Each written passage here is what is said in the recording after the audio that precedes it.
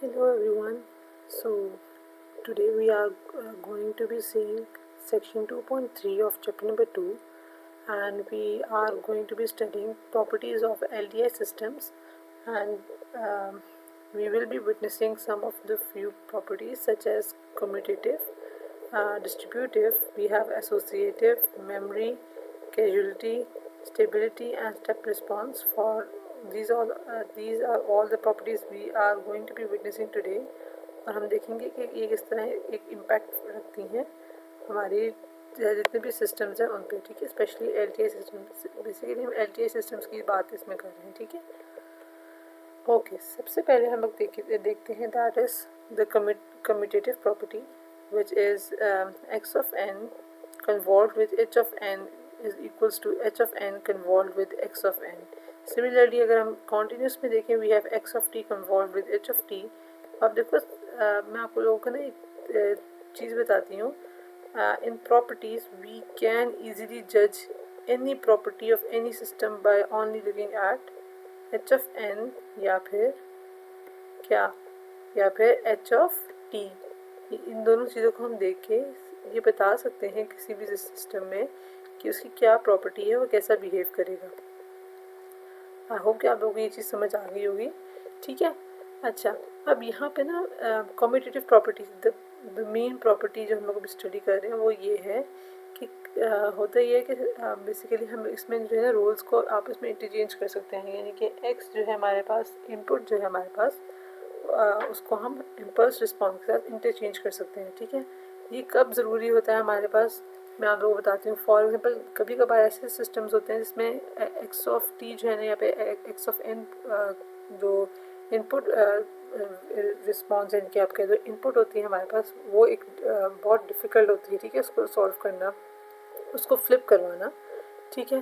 क्योंकि हम बेसिकली किसको फ्लिप करवा रहे होते हैं, एच ऑफ एन या एच ऑफ टी को फ्लिप करवा रहे होते हैं.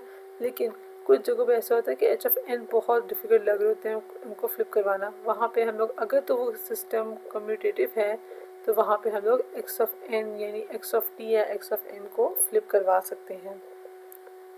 आई होप ये आप लोग को समझ आ गया हो गया, ठीक है. The next property is distributive property.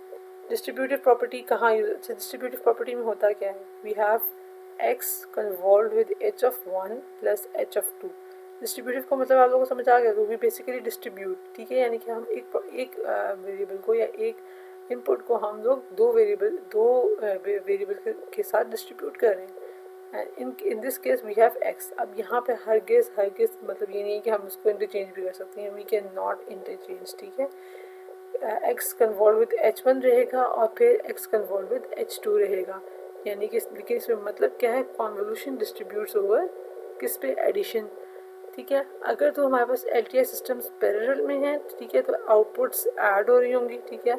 यानी कि हमारे पास क्या होगा, तो हमारे पास जो है ना एक तो इक्विवेलेंट सिंगल सिस्टम बन जाएगा, ठीक है. यानी कि फॉर एग्जांपल हमारे पास दोनों सिस्टम्स पैरेलल में थे, एक यहाँ पे था एक यहाँ पे था, ठीक है. तो इन दोनों को हम लोग जो करेंगे ना, हमारे पास एक ही सिस्टम बना देगा. That would be this thing, इस तरह कुछ सिस्टम बना देगा, ठीक हो गया. आई होप कि समझ आ गई होगी. यानी कि हम उसके बेसिकली इक्विवेलेंट ले सकते हैं. इस तरह आप लोगों को याद होगा हम लोग रेजिस्टेंस का या कैपेसिटेंस का इक्विवेलेंट लेते थे, ठीक है. Then we have associative property. Associative property क्या होती है, बेसिकली हम क्या इसमें कर रहे हैं, we have this x convolved with h1 convolved with h2. Basically यहाँ पे प्लस था, यहाँ पे हमारे पास क्या है, we have convolution over here, ठीक है.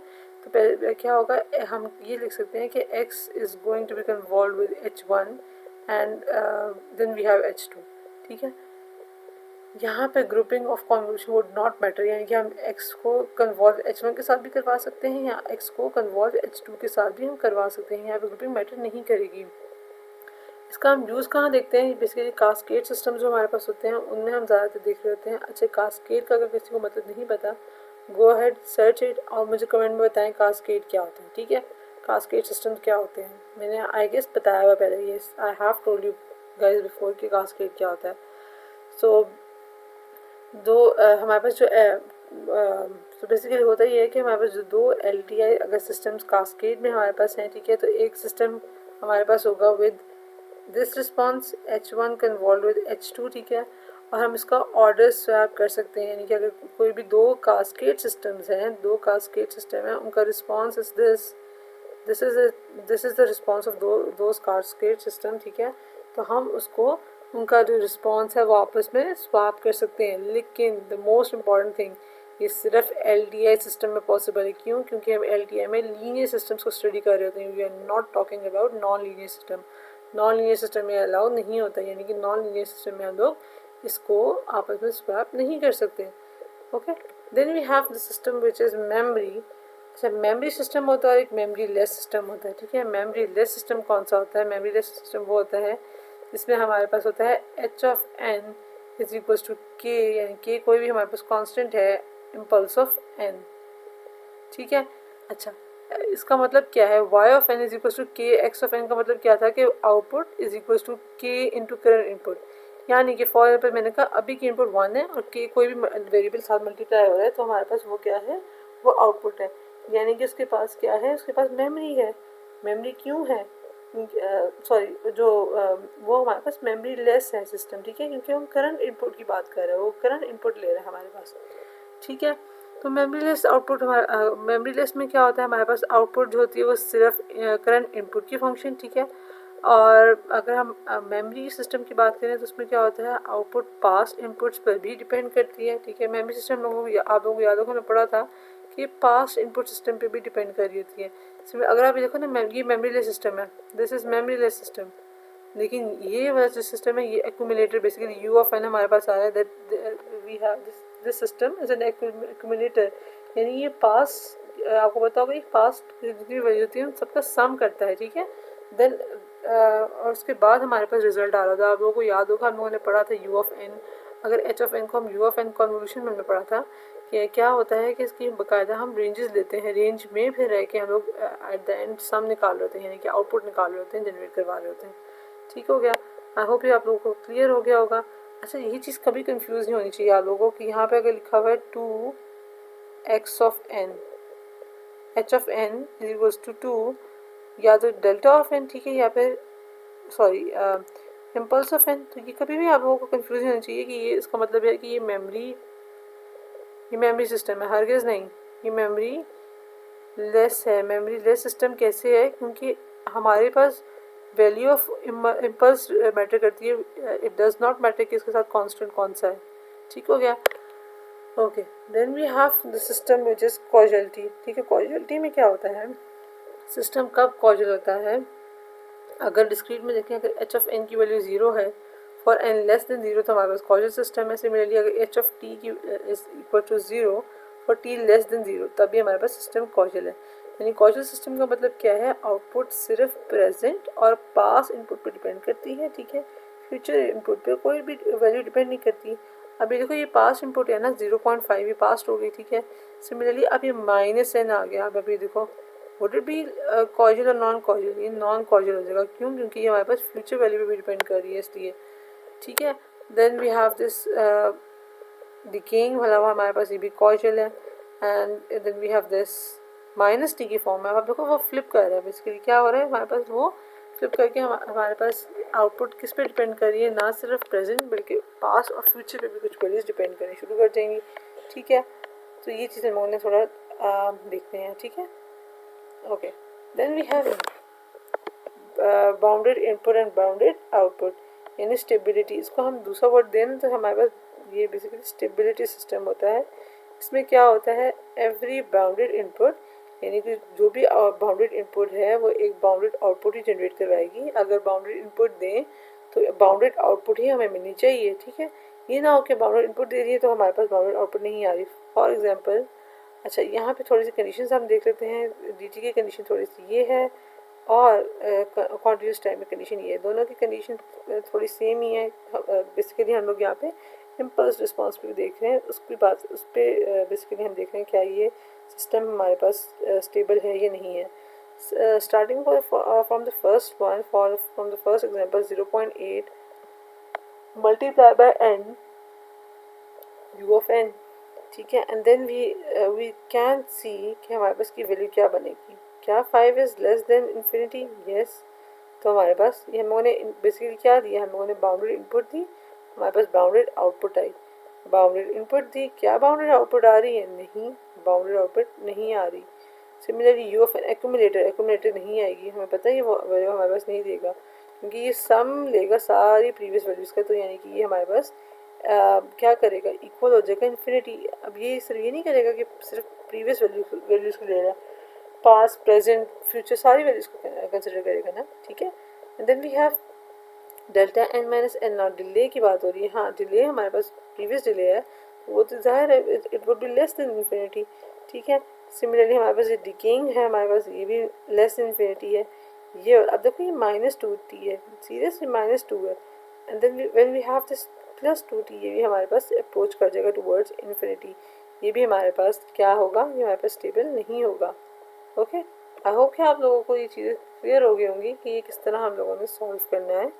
कि आप लोगों ने किस तरह देखना है कि ये स्टेबल है ये नहीं है, ठीक है। वैसे भी हम एच ऑफ एन को देख रहे हैं कि एच ऑफ एन अगर हमारे पास स्टेबल है तो हम कह रहे हैं okay then we have this stable system. Okay, so now let's move forward और हम लोग जाके देखते हैं, wait yeah now let's visualize something interesting over here. Okay, we have yeah so let's start from here. For example अगर हम अभी देखना चाहें सिर्फ स्टेबिलिटी की बात करें, अभी हम देख के आ रहे हैं कि स्टेबिलिटी कहाँ होती है, when we have bounded input we get the bounded output. तो क्या हमारे पास ये सिस्टम स्टेबल है? Yes it is stable. क्यों? क्योंकि हमने स्टेबल इनपुट जब दी we got a stable output over here. Then let's talk about the growing one, ठीक है। ग्रोइंग अब आप देखो क्या ये this is the last one जिसमें हम लोगों ने देखा है e⁻²t ut, ठीक है। तो दिस इज कॉन्टीन्यूसली इंक्रीजिंग, यानी कि 1.1 है, यहाँ पे कॉन्टीन्यूसली ग्रोइंग है, ये अनस्टेबल है। ऑस्किलेटिंग सिस्टम हमारे पास आ गया, ठीक है, दैट इज स्टेबल, ये तो हमें पता है। फिर हमारे पास क्या है, हमारे पास एक और रेक्टेंगुलर फॉर्म में सिग्नल है, that is also stable. Then we have an accumulator, हमने एक्यूमुलेटर को देख लिया, दैट इज अनस्टेबल बिकॉज हम इसको बाउंड्री इनपुट दे रहे हैं, लेकिन ये हमें अनबाउंड्री या फिर हमारी जो लिमिट्स है उससे आउट ऑफ साइड जो है ना, ये जाके हमें रिजल्ट्स दे रहा है। Main reason is that. Okay, then we have this causality system. अच्छा, कॉजुअलिटी में हम थोड़ा सा देखना चाहें, वी नो दैट कि कॉजुअल सिस्टम तब होता है। ओके, ये तो हम लोग चले, मैं आपको एक और चीज़ दिखाती हूँ, वहाँ से आप लोगों को समझ आ जाएगी। See stable, this is unstable system. कौन से हम स्टेप रिस्पॉन्स में देख रहे हैं, the system is unstable. Similarly oscillating में स्टेबल है, ठीक है।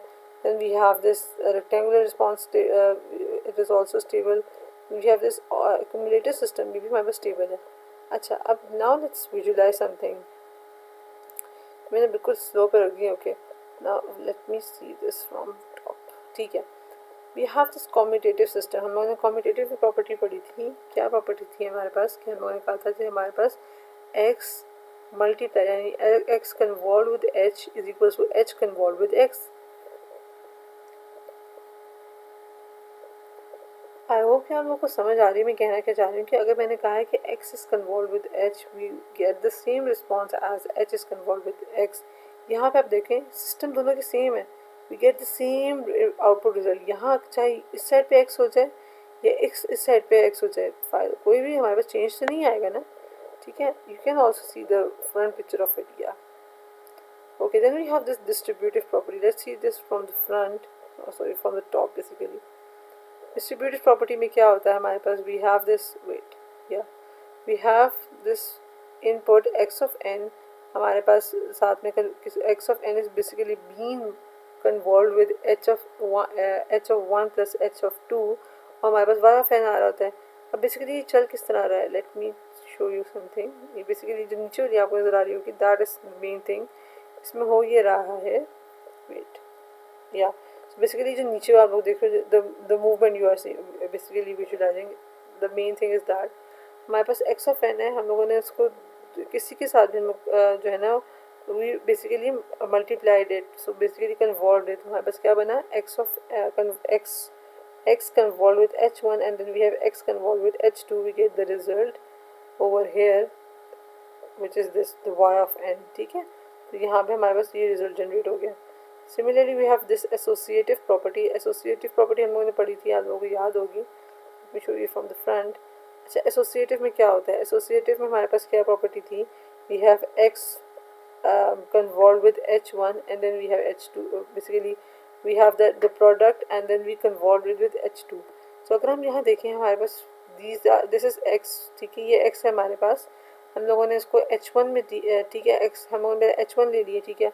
And then what we did was हम लोगों ने इसको डायरेक्ट सिर्फ H1 दोनों का हम लोगों ने को कन्वॉल्व करवाया. हमारे पास जो